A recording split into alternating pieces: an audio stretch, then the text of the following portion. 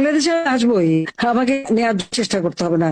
আর যদি সাহস থাকে পাঠান, প্লেন পাঠান, আমি চলে যাব। দেখি কার কারে কতটা মাথা আছে, কার ফাঁসির দড়ি কত শক্ত, কার বুলেট কত তীব্র বেগে যেতে পারে, আমি সেটা দেখে নেব।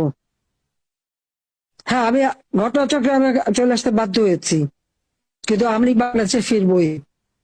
এবং এই বাংলাদেশে যারা প্রকৃত অপরাধী তারা সাজা পাবে, দেশের মানুষের ভাগ্য নিয়ে যারা ছিনিমিনি খেলছে তাদের শাস্তি দেব, এবং বাংলাদেশকে আবার আমরা উন্নত সমৃদ্ধ সোনার বাংলাদেশ হিসেবে তুলে বাংলাদেশের স্বাধীনতাকে আমরা সমুন্নত রাখবো।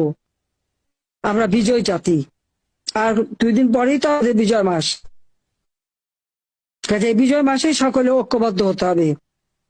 এই খুনি, সুদখোর, জঙ্গি শাসক আর ওই যুদ্ধাপরাধী জঙ্গিদের হাত থেকে দেশকে রক্ষা করতে হবে, সেটাই আমাদের প্রতিজ্ঞা, এবং তা আমরা করব ইনশাল্লাহ।